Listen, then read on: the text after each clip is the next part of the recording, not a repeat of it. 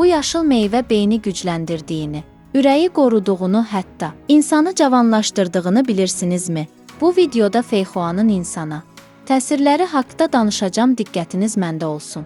Dəyərli izləyicilər, videoların analitikasına baxanda çox az adamın abunə olduğunu görürəm. Bizə dəstək olmaq üçün videoya abunə olub bildirimləri açmağı unutmayın. Tərkibində A-B qrupu, C-K vitaminləri, manqan, kalium, mis və kalsiumla zəngindir. Bundan əlavə tərkibində yüksək miqdarda yod da vardır. Bəs kimlər feyxuanı bol yeməlidir? Feyxuanın ləti liflərlə zəngin olduğu üçün bağırsaqların peristaltikasını artırır, mədə şirəsini və hasilini tənzimləyir. Qəbizliyə qarşı da ideal meyvədir. Eləcə də yoğun və düz bağırsaq şişləri ilə mübarizə aparır. Bir fincan feyxuada 16 qram lif vardır. Bu da qarında köp həzmsizlik üçün faydalıdır. Feyxua kaliumla zəngin olduğu üçün hipertenziya riskini azaldır. Damarları rahatladır, boşaldır və təzyiqi normallaşdırır. Gün ərzində 8-10 ədəd feyxua yemək infarkt, ürəyin işemik xəstəliyinin qarşısını alır və ürəyin işləmə gücünü artırır.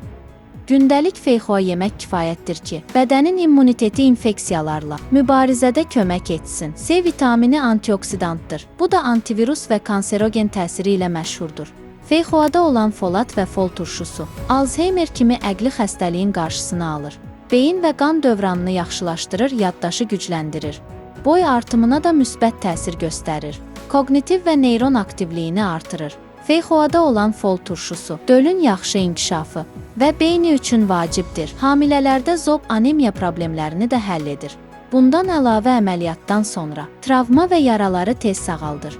Orqan toxumalarının hüceyrələrini saf oksigenlə təmin edən bu meyvə sərbəst radikalları zərərsizləşdirir.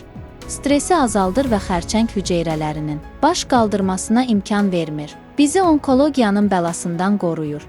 Dəri üçün cavanlıq və gözəllik mənbəyidir. Yaşıl meyvələri dəriyə maska olunduqda nəmləndirir, dəri iltihabını, qaşıntı və səpkini aradan qaldırır. Dərini cavanlaşdırır və bərkidir. Kişilər üçün də əvəzsizdir. Çünki cinsi fəaliyyəti yaxşılaşdırır. Prostat vəzini qoruyaraq sonsuzluğun qarşısını alır. Feyxua ateroskleroz zamanı da çox xeyirlidir. Bu xəstəliyin inkişafını ləngidir. Damarları daha elastik edir.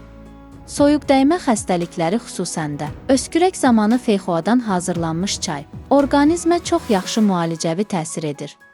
Bunun üçün feyxuanı qabıqlı halda doğrayın, üzərinə bir stəkan qaynar su əlavə edib dəmləyin və 20 dəqiqədən sonra bir çay qaşığı bal əlavə edib için. Belə dəmləməni gün ərzində 2-3 dəfə qəbul edin. Öskürək kimi tənəffüs yolları problemlərində istifadə edə bilərsiniz. Bundan başqa feyxua yarpaqlarının dəmləməsi diş ağrısı, damaqların iltihabı və qanaması zamanı çox yaxşı kömək edir. Bunun üçün yarpaqları qaynar suda dəmləyin və qarqara üçün istifadə edin. Bəs kimlər diqqətli olmalıdırlar? Allergiyası, şəkəri olanlar və piylənmədən əziyyət çəkənlər az yeməlidir. Bəs siz bu meyvənin hansı faydalarını görmüsünüz? Rəylərdə yazın. Faydalı məlumatlar üçün mənim kanalıma abunə olub bəyənməyi unutmayın.